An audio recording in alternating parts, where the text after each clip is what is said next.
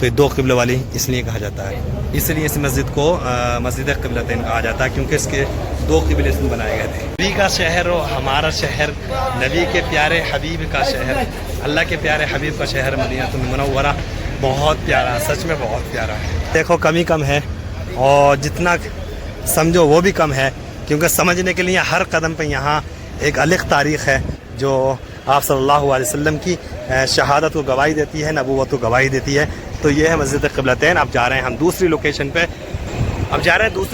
آپ کو دوسری لوکیشن پہ بتائیں گے کہ ہم کہاں پر آپ کو کون سی لوکیشن آپ کو کون سی زیارت کرانے والے ہیں۔ تو چلتے ہیں ہمارے ساتھ۔ تو الحمدللہ ہم پہنچ گئے مسجد قباء، جو مسجد قباء ہے یعنی کہ اسلام کی سب سے پہلی مسجد ہے مسجد قباء، اور آپ صلی اللہ علیہ وسلم جب ہجرت کر کے مکہ سے مدینہ تشریف لا رہے تھے تو یہاں آن کے ٹھہرے تھے، اور یہاں آپ نے رات گزاری تھی، یہاں پر ٹھہرے تھے اور یہاں آن کے نماز بھی پڑھی تھی۔ اسلام کی سب سے پہلے مسجد قباء، تو یہ دیکھ سکتے ہیں مسجد قباء ہے، اور ماشاءاللہ سے کافی اچھی اور بہت اچھی مسجد ہے یہ مسجد قباء، یعنی کہ آپ صلی اللہ علیہ وسلم یہاں پر آئے تھے، اور جب مدینہ سے مکہ سے مدینہ آ رہے تھے تو یہاں پر آن کے آپ صلی اللہ علیہ وسلم ٹھہرے تھے۔ تو یہ مسجد قباء، تو یہ ہے اس کے اندر کا کچھ خوبصورت مناظر اور منظر ہے۔ یہ اس کی محراب ہے مسجد قباء کے اندر کا جو حصہ ہے بالکل مسجد قباء، اور ماشاءاللہ سے بہت اچھی مسجد ہے۔ دیکھ سکتے ہیں یہ اس کتنا اچھا گنبد ہے جو بنا رکھا ہے انہوں نے، اور یہ اوپر باہر کا صحن ہے جس پہ پردے لگے ہوئے ہیں اور دھوپ کے لیے فی الحال، ٹھیک ہے۔ اور یہ دیکھ سکتے ہیں اس میں قالین وغیرہ بچھی بھی ہے بہت اچھی، اور یہ ہے پورا اس کا ویو، اور ماشاءاللہ سے کافی بڑی مسجد ہے۔ دیکھو اس میں نے پچھلے 1-1.5 سال پہلے جب آیا تھا تو یہاں پر تراویح پڑھی تھی اس مسجد میں، اور اچھا ہے ماشاءاللہ سے۔ یہ ہے، اور یہ ہے لکڑی کا کام اتنا اچھا ہوا دیکھو، بہت اچھا ہے بھائی صاحب۔ لیکن اس مسجد کی جو تاریخ ہے جو وہ بہت زیادہ اچھی تاریخ ہے، کیونکہ آپ صلی اللہ علیہ وسلم یہ ہجرت کر کے آئے تھے تو یہاں پر آپ نے قیام کیا تھا، نماز پڑھی تھی، اور اس کا صحن جو ہے بہت بڑا صحن ہے۔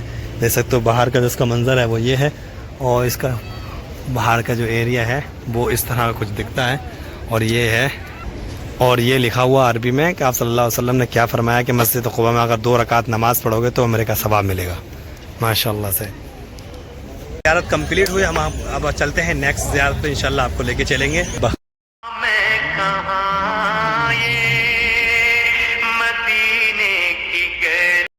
دوستو ہم پہنچ گئے ہیں سلمان فارسی رضی اللہ تعالیٰ عنہ کے باغ پہ، اور آپ کو مجرا اور باغ دکھاتے ہیں اور کھجوروں کا پیڑ دکھاتے ہیں۔ یہ جو پانی نکل رہا ہے کنواں ہے، اور یہ سلمان فارسی رضی اللہ تعالیٰ عنہ کا باغ ہے۔ دیکھ سکتے ہیں کتنا، ایک چیز اس باغ کے اندر میں نے دیکھی ہے کہ ٹھنڈک، اتنی زیادہ ٹھنڈک ہے کہ بہت زیادہ ٹھنڈک ہے، اور یہ دیکھ سکتے ہیں یہاں پر پانی چل رہا ہے، اور یہ سارے کے سارے پیڑ ہیں، 1300 پیڑ پتہ سمتھنگ کتنے ہیں، پوچھتے ہیں وہاں جا کر کے اس کی تاریخ پوچھتے ہیں ان سے بھائی سے، یہ وہاں پر کام کر رہے ہیں شاید یہ بتائیں۔ لیکن اس باغ میں گھسا ہوں نا، میں نے آج تک مجرے میں سعودی میں بہت گیا ہوں، لیکن اس باغ میں گھسنے کے بعد بھائی صاحب جو ٹھنڈک مل رہی ہے نا وہ ساتھ اے سی میں ملتی ہے۔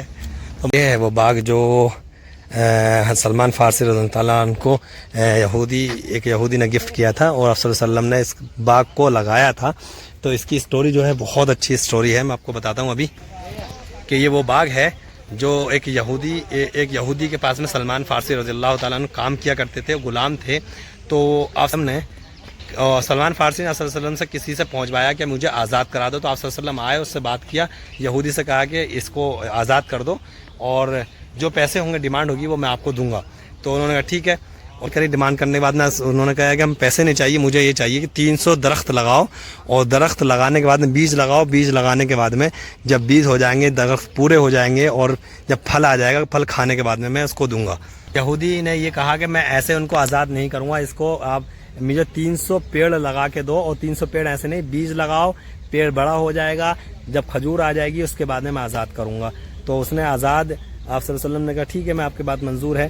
تو آپ صلی اللہ علیہ وسلم رات کو یہاں پر بیج لگا کے گئے، بیج لگانے کے بعد میں صبح کو، اور رات کو یہودی نے کیا کیا، جو یہودی مالک تھا، جو فارسی رضی اللہ تعالیٰ عنہ کا جو مالک تھا، اس نے بیج نکال دی۔ اس کو خطرہ تھا کہ کہیں ایسا نہیں ہے کہ بیج ہو جائیں، پیڑ ہو جائیں تو صبح کو مجھے آزاد کرنا پڑے گا۔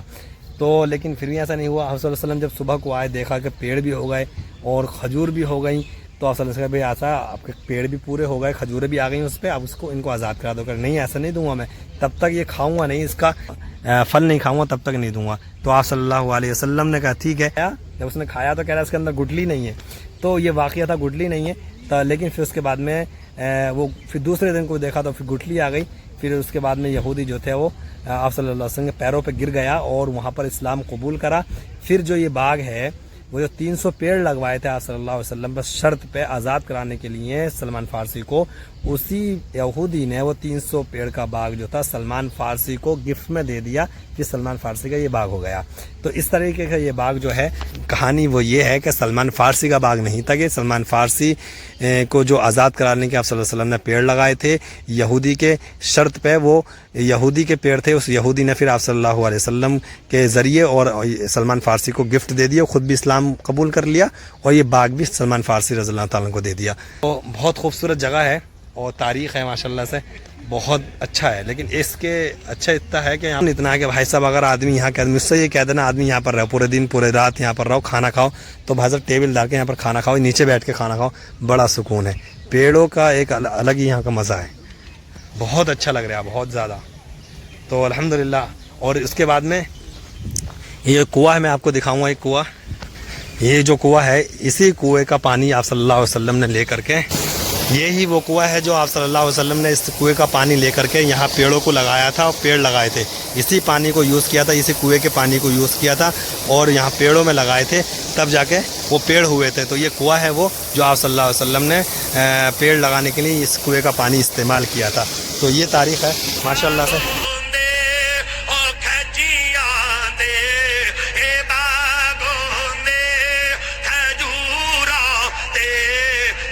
تو آپ نے دیکھا کس طریقے سے آج ہم نے پورے دن آپ کو ویو دکھایا مدینہ کا اور زیارتیں کرائی. آئی ہو کہ آپ کو زیارتیں پسند آئی ہوں گی اور بہت ساری تاریخ آپ کو دیکھنے کو ملی ہوگی اور آپ کا ایمان تازہ ہوا ہوگا. تو امید یہ کرتا ہوں انشاءاللہ آپ کو بھی اللہ پاک جلدی سے یہاں بلائے اور آپ بھی یہاں کی زیارتیں کریں, یہاں کو حاضری دیں انشاءاللہ. تو آئی ہو آپ کو یہ ویڈیو پسند آئی ہوگی تو انشاءاللہ ویڈیو کو لائک اور شیئر کریں. اللہ حافظ, انشاءاللہ ملتے ہیں نیکسٹ ویڈیو میں. تب تک اپنی فیملی کا خیال رکھیں. اللہ حافظ. السلام علیکم ورحمۃ اللہ وبرکاتہ.